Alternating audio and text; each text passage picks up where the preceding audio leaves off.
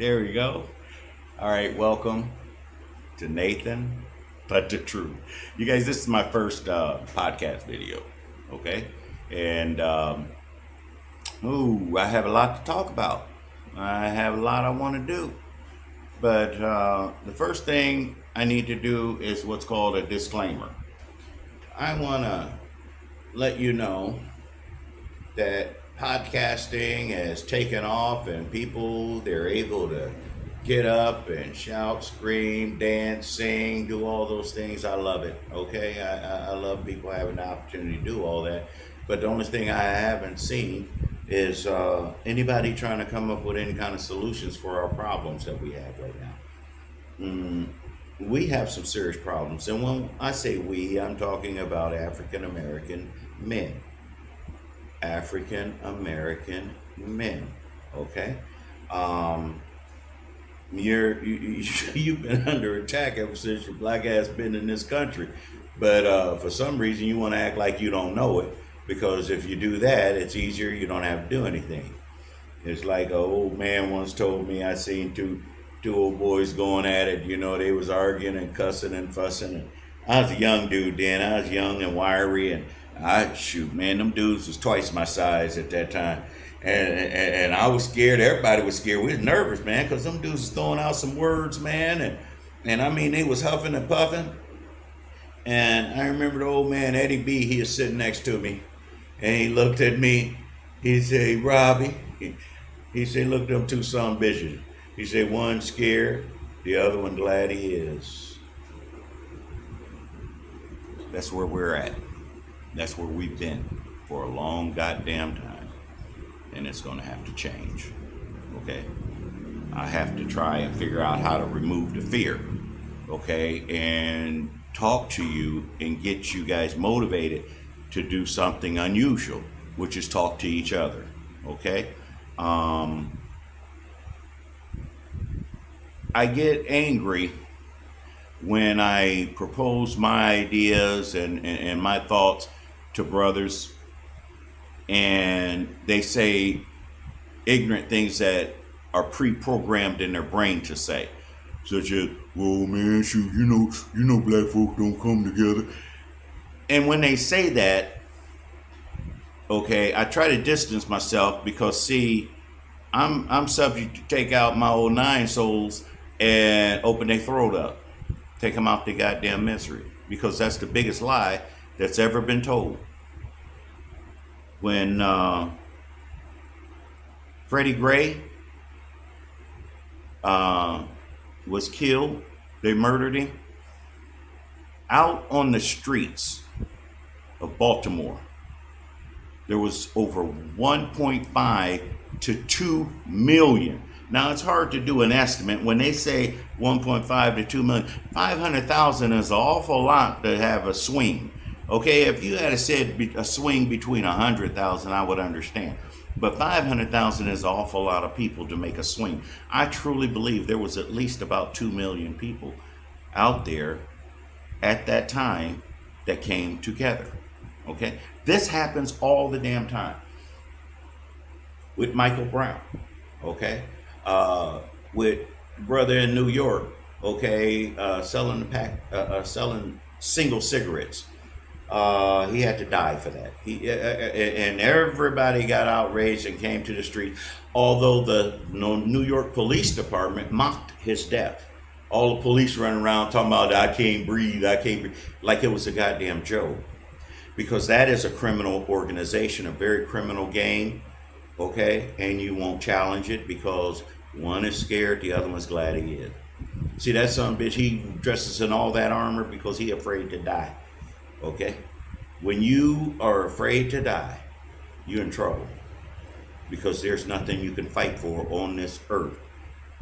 Because anything that you fight for, you have to bring it all. You have to bring your life to fight for it. Your beliefs, okay? Your freedom. You have to fight for it. And if you can implant fear into a man, you can control him all the days of his life and the life of every seed that he bear on this earth. That simple fear of death. Because now he's under control, your control. And so what I want you to do is take that in consideration as I move forward and tell you of what's going on, what I'm doing, and why I want to carpe diem, capitalize off of the fact that you are able to come together. And I will prove it to you in just telling you this simple story that happened in Chicago in early 1995. Believe it or not, it was early 1995 when the conversation had happened. Okay? I'm going to tell you. Minister Farrakhan was on a radio show, and it was sort of like this podcast kind of thing. You guys are seeing more and more of these podcasts. He was actually on something like that back then in those days, that they would host him and he would speak.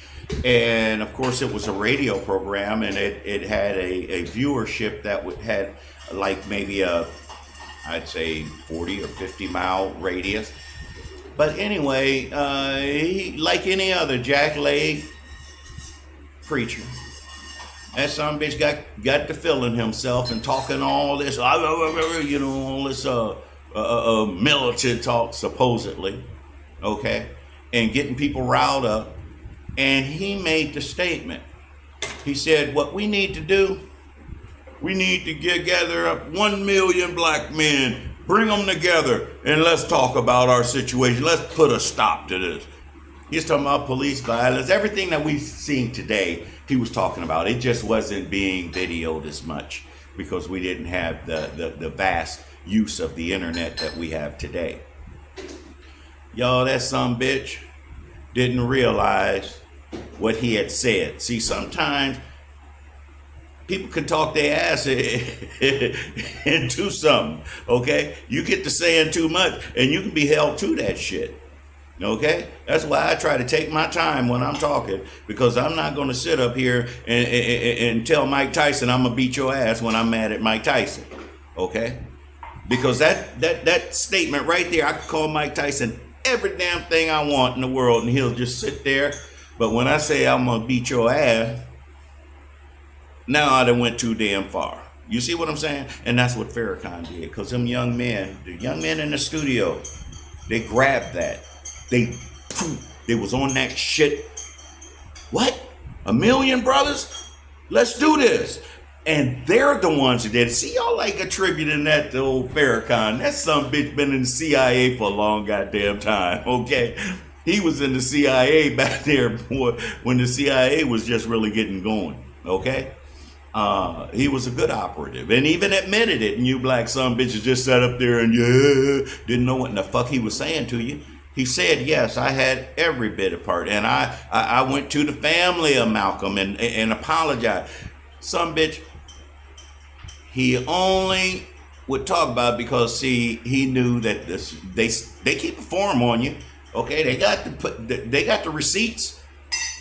And so they keep him under control. He ain't gonna say too much. That man has the voice to do what I want to do in one day. And that is order town hall meetings all across this goddamn country. Black men coming together. And I'm going to tell you why that got him in trouble. Because he's not about that. Ain't none of these son bitches about that. These son bitches, they want to, one, they want to live. And number two, they want to live in Master's house. Okay? Or get at the table. They always have some conversation that will be geared toward, let's sit at the table. We trying to get in the house and we want to sit at the table. And anytime somebody's talking to you about finances, black financing, black empowerment, all these are things that they're trying to get into the house, Master's house. And I identify them as coons. Because see, I don't want to get in the damn house. I want to burn that motherfucker down. And now that I see that one group of them motherfuckers is holding gas and the other one's holding matches, I'm going to sit back there and I want them to burn it down. I'm going to watch them. I'm going to help them in any way I can. I will not be talking to you, trying to tell you how to empower yourself. I will go into that in detail in a few minutes on why you have always done that. Help them out with their dollar problems, okay? What you have to understand, we don't have a problem coming together, because all them men that came together there in Ferguson, Missouri over Brown, that was over a million people, and they got dispersed. They allowed themselves to be dispersed, okay? And then in Wisconsin, they were dispersed. Okay, the police come out there hot and heavy. And this is why I tell you now, those organizers of Black Lives Matter, that white motherfucker, he calls himself a Anunnaki or whatever, you know, the one that gave him all that money. He gave them that money for his own interests, okay? And they were to do one damn thing, tell them black folks to go out there with their hands in the air and be shot, killed, this and that, while they had high private security they hired for themselves. See, that's the contradiction, okay? And I'm going to touch in on that, okay? You are not supposed to be running around here asking these son bitches for a damn thing. You've been in this country how goddamn long? How long have they been abusing you? Their white aggression has been killing. They kill black people. The police kill 3 a day in the United States. When you sitting up and you watching those snuff films, I call them snuff films, listen to what they tell you. Oh, this happened 4 months ago, 6 months ago. They pick and choose to show you that. These are the so-called injustice fighters that you guys come so familiar with. I got their names. I'm gonna be dropping them in the videos, okay, to let you know that you sitting there watching that some bitch's video. All he's showing you is police beating somebody, kicking in somebody's door, and all this. And the first damn thing you black some bitches do, oh man, that show is wrong. That show is wrong. Oh man, they did old boy like that. Man, that's wrong. And use a don't stand close to me when you say that, because I might just open your throat up. I swear to God, I can't stand the son of a bitch that's going to sit up and see something like that. And all they want to do is just drop their head and act like, well, that's the way it is. That ain't the way it is. That's the way you comfortable with it being, because then you don't have to do a goddamn thing.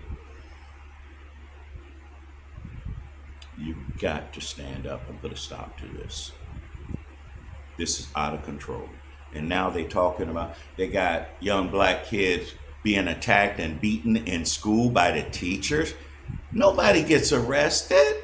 Nobody gets charged. The kid, most of the time the kids get thrown in juvie or wherever. And nothing's done. And they got the videos, they got the receipts, and they run it. And what do? They run and go, you asking the devil to play nice. I can't swallow that. I can't see going to people. It's designed this way. This is the way they want it. They made it this goddamn way. They got the Israeli defense forces in the United States training police on how to do what? They've never fought combat with hand-to-hand any damn body. All they have done is, and you can go and look at the archive videos that they hide from you from CNN, MSNBC, and all them that are there when they're recording it, but they won't show it because the one man came over here to the Philippines. That son bitch was shaking like a damn leaf. A lot of white guys come here running. They work for FBI or DEA or whatever. Well, this fella, he worked for a network, and he came here running, and he said he started off with CNN, and he said they got them archive photos and videos and it shows all the Israeli forces ever done was picked up little kids, teenagers. They show them raping. I mean, seriously, right there on the screen, beating and raping little 12-year-old girls, throwing them in prison, throwing these young kids. Those are young babies. Okay, they ain't never fought nobody that'll fight them back. So they're not some great elite force. What they're doing is showing them how to wage war on a civilian population and how to keep them dispersed and divided while you're able to do what you need to do. That's it. That's a no-brainer. Those aren't fighting men. Those are killers, murderers, rapists, thieves, stealing from those people, killing them, taking their homes and land, everything. And then they got them little white boys out of New York running over there saying they Jews. And so they're what you call the settlers. See, you watch the terms that they use. They come over there and those settlers are just killing and murdering people. And the IDF force is helping them, sitting there laughing, finding it entertaining to kill and murder people that don't have not even a stick to fight back with. That's not heroic. And that's what's happening here in the United States. Every black man that's ever been killed in the past, 15 years, never had a gun in his hand except for this one just 2 days ago. Some bitch, he opened up fire on them. They came after him. And he's the one that Hillary Clinton warned y'all about, okay? Back in the day when she came up with the term super predator. Them some bitches are raised in mid to late 80s and early 90s.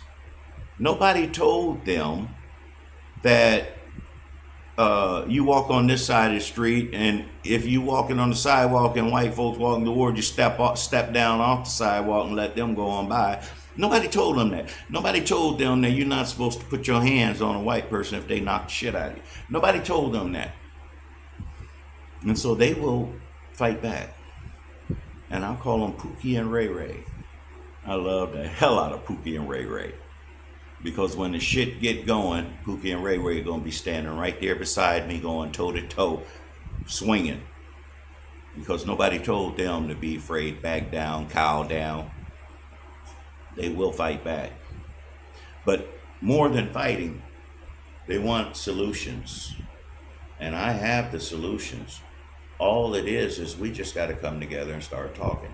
And the biggest solution is that we need generals. Because every time we come together and we get mad and we hit the goddamn streets, boy, and we mad and we are. And you get there and everybody together, and who do they bring in? Old Slick Dick Al Sharpton, another FBI informant, okay? Farrakhan for the CIA and Sharpton for the FBI. All the motherfuckers work for alphabets. And they gonna step their ass out there and they gonna tell you, yeah, we gonna go talk to Massa. And since we in the house, we'll go talk to Massa and we'll get this straight. Y'all just go on back home. You dumb son of a bitch. This motherfucker that just sat up here, had his son beaten and murdered, and daughter raped and defiled, and you tell him to just go on back home. You'll handle it. You'll talk to Massa. That's gonna stop. Because see, when I was talking to one brother, and I was angry, and I was talking to one brother, and he said what I said. He said, man, we ain't got a problem coming together. What's up? You know, what stops us? And I broke it down to him, and I told him, I said, what we have to do is we have to give them some marching orders.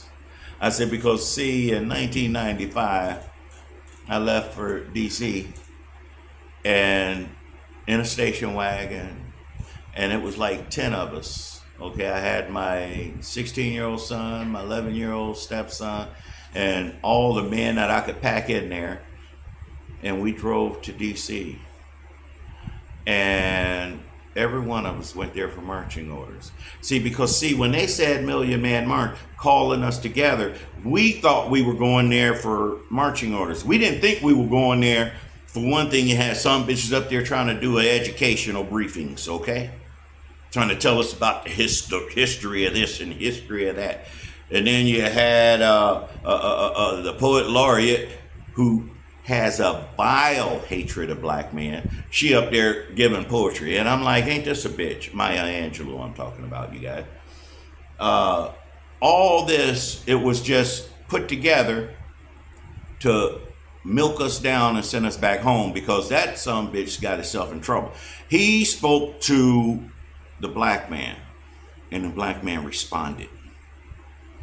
And them white folks hurried up and called him, man, what in the fuck are you doing? You are nigga, okay? You belong to us. Why you having all these? And I tell you what, he hurried up and said, oh, I'll take care of it, master. I take care. I send him on home. I give him some song and dance.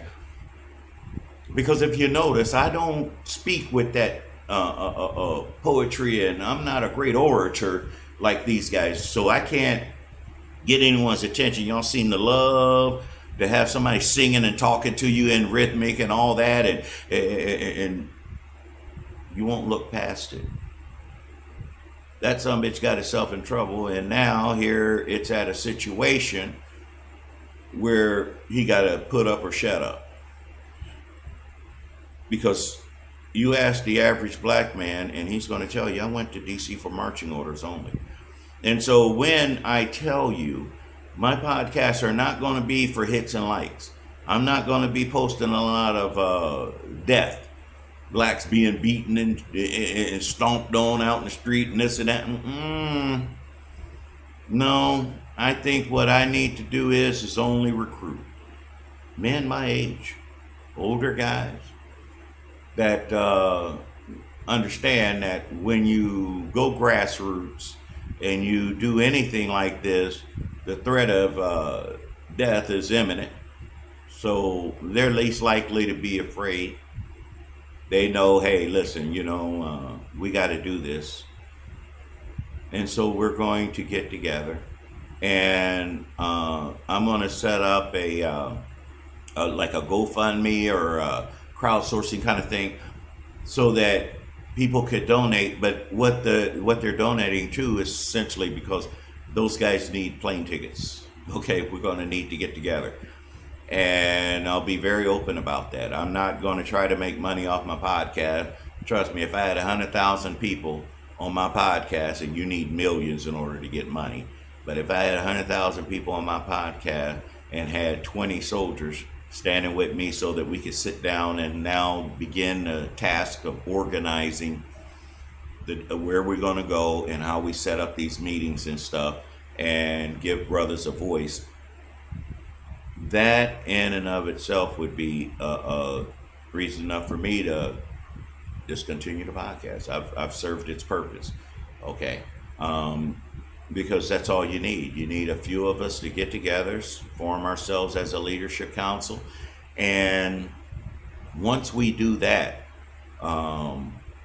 we will be in the position to host, go to various cities. There's various cities, and bring the brothers out for the town hall meetings. And I'm talking, we're talking hundreds of thousands, upwards to 1 million, and that will come out. You know why? Because for one thing, we'd have the advertising. And for the other thing, we're not asking nobody for a goddamn thing. We're not protesting. We're using freedom of assembly to discuss our issues. And we'll be armed. Everybody heavily armed. Hot damn boy, bring your shit, man. Bring your little old 22 ghetto blaster. Bring it. Arm your goddamn self. Because when we there get together under freedom of assembly, ain't nobody gonna be talking about coming in cracking our heads, because then that son bitch gotta realize what he giving up. Let's say I'm from the state of Ohio. Let me give you some numbers. You got 1 million men there in Columbus, Ohio, sitting up there communing with one another, and they say, we're calling out the National Guard. First of all, National Guard ain't got no business coming out.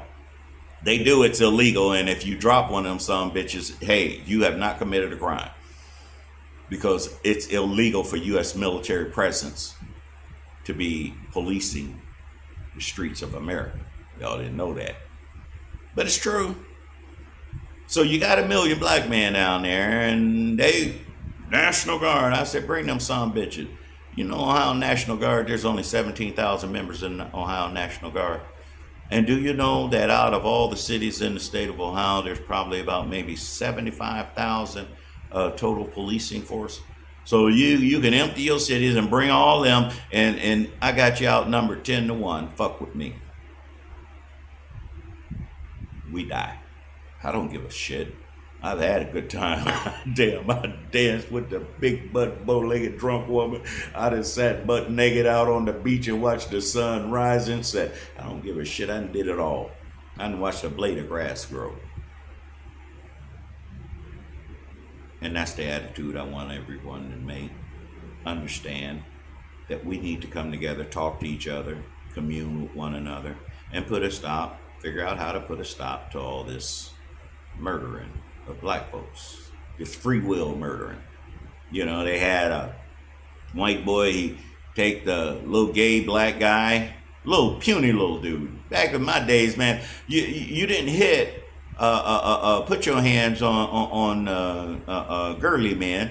You know, guys, we grew up with them. The guys that were very feminine and stuff, you know, and didn't play football or basketball out in the sand lot, you know. You didn't put your hands on those guys. Yeah, I mean, it gave you no feeling of worth if you go and beat up somebody you know you can beat up. You don't go and put your hands on them. And that guy, he was going off in the subway. White boys creep up behind him and choked him out, killed him. And white folks called him a hero because this is their MO, modus operandi. They love that so-called heroism. That's heroism when you kill a weaker, when it's 8 to 10 cops standing up, savagely beating some young black kid. That's the problem that we have, okay? We need to take that hero out of there, okay? That's not heroism. That's straight up murder. And you had a black mayor who, by the way, was into the police department. So when you see one of them like him, he ain't gonna never, ever speak militantly or strongly and call it murder. He wouldn't say a damn thing. And you gotta move past those people, okay? Those some dangerous people like him. There's a lot of them like him. And we have to acknowledge and establish the laws. Acknowledge their laws. They got written laws that don't pertain to me or you. There's a reason for that. And that's what we'll be talking about in these meetings. And we have to have our own laws. Because I live in a country right now, right here in the Philippines. They have laws written on the books, same as U.S. I always tell people, guys, when they talk to me about coming here, and they do, many of them, and I tell them, I say, well, they have the same laws as U.S. I say, it's really nice. I say, if you can follow the laws in the U.S., you can follow the laws here, and you get by just great. But now they also have the community laws. And see, in America, we black folks, we don't have that. Here, give you an example. They protect kids real good here. They don't believe in children working before 18 years of age. You cannot go and hire nobody under 18. You're going to go to jail, okay? Unless like if you're a farmer or whatever, and it's your children, that kind of thing. But you cannot employ. They don't deal with the molestations and sexual assaults the way that it's dealt with in the West. Here, if a guy's arrested, if he's an offender and he's arrested by the police, that's a good damn thing. That is so good, because if he's not, if the police don't get him, they never will. See, they have their community laws. See, the mountains don't give up secrets, and neither do the ocean.